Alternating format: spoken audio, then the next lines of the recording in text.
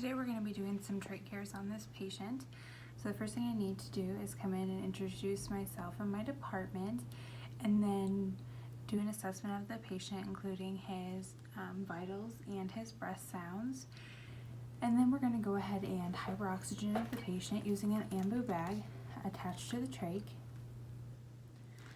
And once we get our patient hyperoxygenated, we need to perform the sterile suction.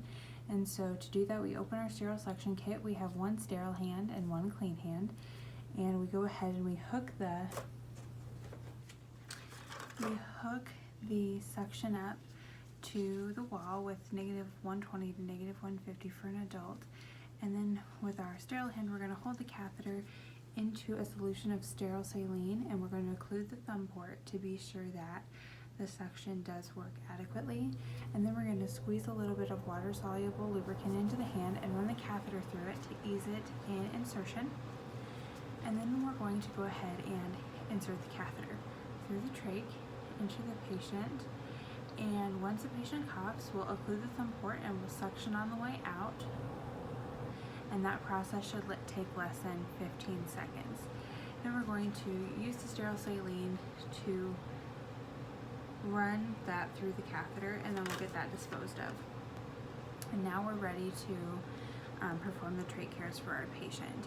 And so what we need to do is remove our gloves and wash our hands, and then we're going to open our trach kit and we're going to apply the gloves.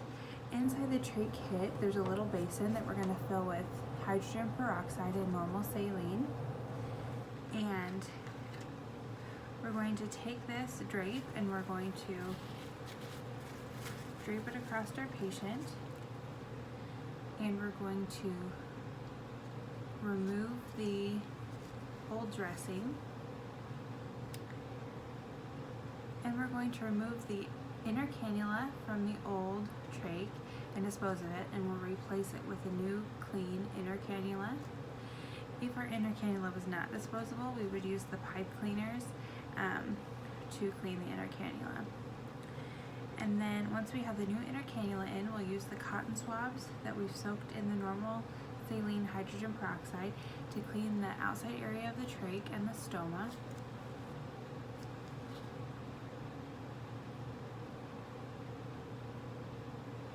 And then what we're going to do is dispose of that in a biohazard bag.